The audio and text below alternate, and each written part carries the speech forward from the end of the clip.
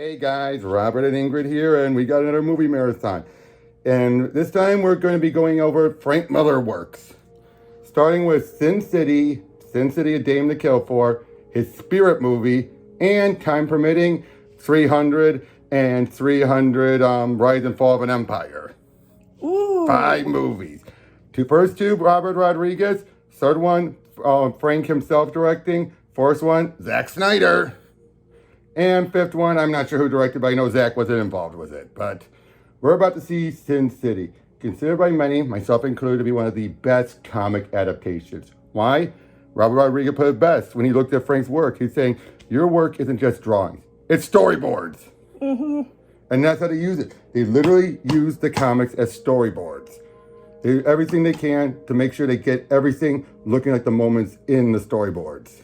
Wow, I never knew that. Yep, and this is Robert Rodriguez. You know how he is. He always likes to, and he's one of those who's the best at using special effects to get the image he wants. And wait till you see the effects on this.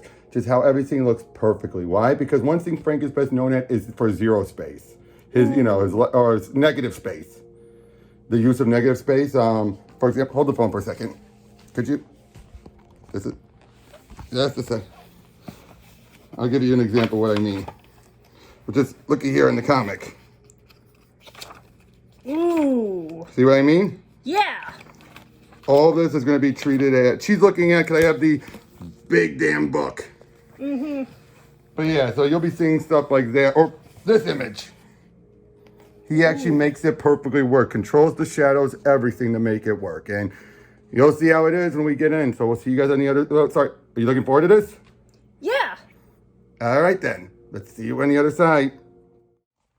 Hey guys, we just got done seeing it, and so good. So good. 3 great stories. First of all, what did you think about the effects, the CGI, the everything, the aesthetics? What did you? It absolutely was on point. They definitely nailed the neo-noir look, and more specifically, did a whole lot of more is less with the less is more with the actual color. Yep, great cast, wouldn't you say? Oh yes, absolutely star-studded cast in more ways than one. Now, let's start off first with the beginning and without spoiling at the ending scene with the gentleman. What did you think about him as this assassin who takes women over to the edge and has them go out happy?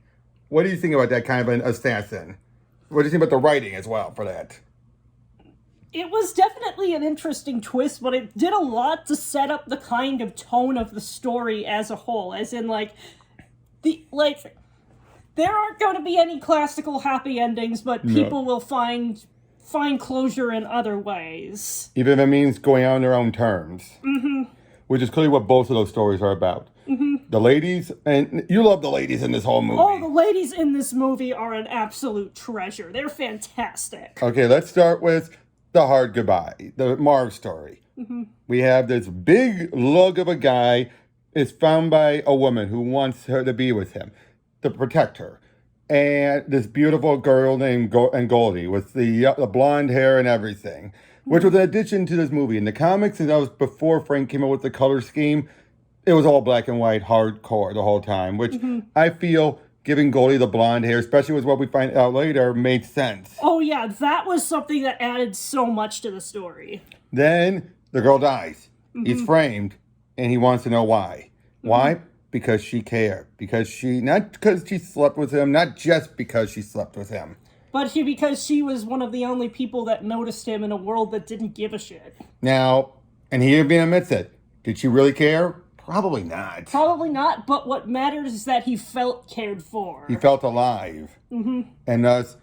And they basically everything, as they keep saying, all that happens is because of the death of a hooker. Mm-hmm.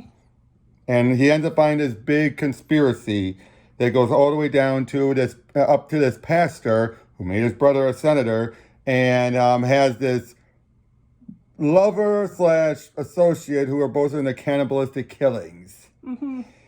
And seriously, when I finally told you that Elijah and Mickey never met, that was a huge surprise because that made it so seamless in the actual movie itself. Yep, but also we have, I just forgot her name, but his parole officer, good lady, very good lady. Very attractive. But you were upset when she got killed. Oh yeah, it's just like she was like one of the only people in like a movie that was so looking into how corrupt law enforcement could be. She was one of the only people trying to do it right, and look what that got her. Exactly, exactly. And then Marv takes down the guy. His story, of the three, it's the lower ranking, but it's still damn good. Mickey Rourke sells it, but it's just a revenge flick. Yeah. Wouldn't you say it's just a revenge On story? the whole, it's a revenge story. A very solidly told revenge story, but a revenge story nonetheless. Now, we are introduced to the girls of Old Town during that story, but it's more of a, oh, who are these girls? But I do like that. We get teases of the characters throughout each of the three stories, but one gets more focus than the others. Like Nancy. We see Nancy. We don't get much about her until the third story. Even though we see at the beginning when we have the first half of that yellow bastard, we see a girl named Nancy. We don't put two to two together. You probably think it's just some other Nancy at first until the third story confirms it. Or the girls of Old Town. We don't know what Old Town is yet until the big fat kill. But, and then we find out that Goldie has a twin sister. And I do like it. She's in black and white. Goldie was in gold. Which leads to the point where when he's ready to go on death row, shows up, no words, just walks in. He's like, I got him for you, Goldie. Then her hair turns back to black and white. Sorry, Mindy. That was great, wasn't it? It was. And what did you think about Marv as a character? I thought he was really solid for the particular character archetype he was playing, and I feel like a lot of his story kind of had some intersection with sort of the theory known as like the social theory of disability, where it's just like here was something clearly wrong with him, but it was being exacerbated by the fact that he couldn't get properly cared for. Like his parole officer was the one that was helping him get his drugs for what was clearly some kind of like rage or whatever, yeah, some sort of condition. An imbalance. I think it's an imbalance, A chemical imbalance. Yeah, a chemical imbalance and whatnot, and it's just like, I like they don't even say what he needs the meds. He just knows he needs meds, and he keeps on like, taking them all and everything. It's just like, I thought that there was something, it was a relatively minor point, but it was something that kind of stood out for me that made the story feel a lot more real. Like, I wonder if maybe he had gotten treatment for that sooner, he might not have wound up needing to be on parole in the first place. Maybe. Although, even though he was still beating up people even on the meds, who could say? But again, just this whole idea that we find from another quote that back in the old days of the gladiators, Marv would have been the big shit, the big guy, the big top of it, throwing all the women at him. But these days, basically that he's a guy born in the wrong century. Would you agree that's the best way to sum him up? Yeah. He's a gladiator born after the gladiators. Then we get to the big fat kill, your favorite. Oh yes, this was my favorite. Care to summarize stories. it? You care to summarize it? Basically, you don't cross that section of town that's being run by a bunch of hooker gals who know what they're doing. Yep, we follow this guy, Dwight. A very good guy, played by Clive Owen, who's following these rabble-rousers, is that a good way of putting it? Yes, a bunch of guys who are basically being a stereotypical asshole to gals and just some of the most stuck-up and they're drunk, ways they're in a bad mood, especially when he imaginable. chased them out, so he realizes they're going to get someone else killed. They're going to get someone else hurt. But then, I like it how he's so convinced of that, but once he gets to Old Town, right before shit goes down, he realizes, wait, it got bad there. They haven't killed anyone that I know of. He's realizing then, crap, like something's off. Oh, yeah. And then, sure enough, they're there, and these guys just look like a bunch of thugs. But there's an air of arrogance that you're like, these aren't normal thugs, Yeah, but you don't know what. Even though it like pins down, there's some reason why this guy is acting like he owns the damn place. And what did we find out? He'd be so blasé about it. He's a cop, and a rather high-ranking hero cop at that. Exactly. Which from what I understand, he actually used to be a good cop who got corrupted like everyone else and became this asshole. But they don't find out about it until they kill him. And we're just a deadly little Miho. Miho! I adore Miho. She's Miho is incredible. In the sequel, there's going to be a different actress playing her, but still just as good. But not as effective. Okay, but anyway, we'll get to that. But yeah, she kills them all, but ends realizing, crap, because the shaky truth, what is the truth? The truth is basically that the cops mostly just leave Alive. them alive, and it's something that they've negotiated between them and the mob. It's just like, you leave us alone, we leave you alone, and this was unfortunately one place where the line is crossed. And so They didn't know, though, but they they didn't had know. no way of knowing and had no reasonable way of knowing. Yeah, because these were clearly off-duty, civilian clothes cops. And so now it's a race against the clock to make sure To hide the bodies. to hide the evidence so that they don't have something to convict them and basically make the town lawless and whatnot. I gotta ask. First of all, I gotta make it clear. Robert Rodriguez and Frank Miller directed most of this, but you couldn't tell the difference between the two, could you? I really couldn't. It seemed to be one cohesive thing. But Quentin, you could tell, but it was brilliant, wasn't it? That whole cop car scene. Oh yeah, that was just delightfully creepy. And Benicio del Toro was just like, again, the way he switches from just being like, oh well, to look at it, let you down. You can still tell, like, because he's supposed to be Dwight's hallucinations. And I like that, though. They have them come off very different, because I'm always annoyed when someone has an hallucination, they come off exactly the same as they were when the real deal. But it's like, in this case, it's just like, yeah, no, this is very clearly This is paranoia. And it's like, he even knows that he's imagining it, and it's happening anyway. Yep. But then it basically leads to the big fat kill, where they have to take them all out. And this is where the girl that would be at the end, Becky, I kind of felt bad for her. But that's because of the actress. The writing, you're supposed to despise her. Yeah, that was definitely the actress's part that made you feel a bit more bad for her, because in any other situation, she would be, yeah, no, screw her. Exactly. But here, like, the actress made her lines believable. Like, you believe it's about her mom. It's about, like, not finding out that she's a whore. Yeah, there's some money. Whereas any other actress would have been, oh, it's about the money and her mother's the excuse. But Gail still, what did you say about Gail? Oh, she was fantastic. Rosario Dawson, what do you expect? I feel like one of the reasons this particular segment hit a lot harder for me is, once again, check it off on your bingo cards, I'm telling another story about D&D, is that in one of our early arcs, we ended up stopping a bunch of thugs who were essentially shaking down an inn owner for money, except it wound up turning a lot more violent, and then we had the gals from, like, Basically their own the version local, yeah.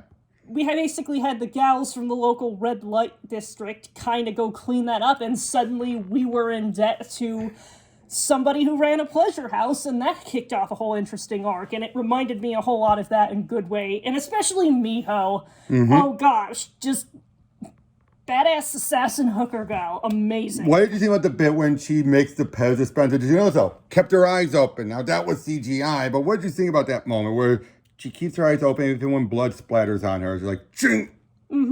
That was great. That was fantastic. And then there's that yellow bastard. Okay, basically we have Bruce Willis playing Detective Matt Hartigan, who comes and stops the son of a senator, the brother of the pastor. Yeah, the entire Rourke family are the main powerhouse of Sin City. And the son rapes and murders little girls. And basically Hartigan's like, not this time. I'm going to save that girl, and Nancy Calloway. And he throws everything away to do it. He takes down the son, shoots his balls off. But because his father is a corrupt senator, what happens? Well, he ends up more or less getting thrown in jail, and then can use a whole lot of money in order to get what he wants. Keep him alive. They keep him alive. They keep Hartigan alive just so he can suffer. Because he knows you're not going to confess. You're not going to confess to hurting that girl. And until you confess, you're staying here. Basically, that's the deal. He can leave if he confesses. But he can't, but he won't confess, so they're just keeping him there until he does. But Nancy, she loves him because he saved her. Now, do you think when she was a little girl, it was more of a admiration love at first? Yeah, but then it's just like... As she gets older, it turns into full-on romantic, I can't be with any other guy but you love. And it's like, I can sort of believe that because there's a lot of really confusing stuff about that kind of emotion, especially if you aren't taught the ropes of it. So of course you're in a city like Sin City. And in a city like Sin City, those boundaries are bound to get a whole lot more twisted than they would in other settings. So yeah, I can perfectly believe something like that would wind up happening. Yep, she ends up writing him every week, but with a different name, obviously, and based off of a real cool detective, as she puts it. But then one day, the letter doesn't come, and then he gets a letter with a finger in it. Thinks someone got to her. Nope. It was all done to track him. They had to trick him into finding the writer of the letter, and ended up being Nancy. Why? Turns out the senator's son was experimented on so he can grow his junk back, just so the senator could have a chance of having a grandson. Which, that's just way too believable of a motivation. Yep. But he's like, as he put it, since you've been gone, I've been having the time of my life. But then he basically, they find Nancy, and then it's like, little all for my taste, but I can let that slide. And it's just like, oh, this is he was the worst. Okay, ugly son of the bitch. Of the main villains in each of them, would you agree he was probably the worst? Yes, he was worse than the pastor, even. Worse than the corrupt cop, because at least in that case, you can at least chalk it up. He's drunk. He's power mad. But he probably would have calmed down after he sobered up. This guy, no. Utter monster. And now, there is a point with Nancy where it's clearly like she wants to sleep with him, with Hart again. And thank God in the movie, and thank God Frank later admitted he was wrong to have them sleep together in the comics. They don't sleep here. But still, that was a gut wrencher, because by the end of it all, they stop him. He saves Nancy, but then he knows, I gotta kill myself for her sake. And it's just re-echoing of the line, the life of an old man for a young girl. It seems like a fair trade. Exactly. So overall, what did you think of each of the male leads, the three leads? I probably liked the detective the most, honestly. Hartigan? Yeah. I sort of like... Dwight was good, but he felt like more of a catalyst for the events that were happening. He was smart, though. He was the smartest of the three. He was definitely the smartest of the three, but he definitely played more of a role in catalyzing events. Not that that's a bad thing at all. And Marv was a brute force. Let's be honest. Marv was a brute force. He was more of the dumb muscle, yeah. A dumb muscle, but was still a bit of a complicated mind. Well, complicated yet simple mind. For him, actually, no, I tell you what, it is all simple. For him, it's just like, who cares? And yeah, the fact that all built with the death of a hooker, he topples one of the biggest powerhouses. And damages the powerhouse for the Rourkes. But Hartigan, he was just a good man. He was a good man. Who threw his life away. To be a good man. He threw his life away, even sacrificed his family life for it. But I think because he knew his wife will find someone better. But the fact is, all this for a girl he didn't even know. What does that tell you? Yeah. And because he was fed up with all the others getting killed.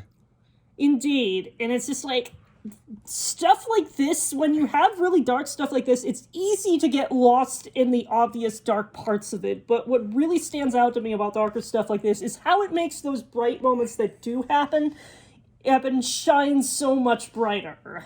Definitely. So, if you were to rank the three stories, what would it go? I would definitely say that the Big Fat Kill is 10 out of 10. I think that one goes without saying for me. I would say that... That Yellow Bastard? That Yellow Bastard is 9 out of 10. And The Hard Goodbye? That would be 8 out of 10. So it's a pretty damn solid movie on the whole. And again, you love the ladies in this. I mean, the girls of Old Town were just like... I love the ladies in this. They were great. Frank draws great ladies, but he also sexualizes them. I mean, I feel like this is a context where it's just like, okay, you made sense for me in universe why this is happening. You wouldn't want it, but I'll tell you this: when we eventually get to the spirit, you'll see that it's like, oh, this is just how Frank handles ladies. But next, we'll be going over Sin City: A Dame to Kill For. It took them years to come out with the sequel, and one could say a little too late, but it has some original stories in there, and tells one of the other big stories. Basically, it's the story of Marv and Dwight before Dwight changed his face. What led to him needing to change his face and everything. And hey, we get to see more Marv, too. So, we'll see you guys there.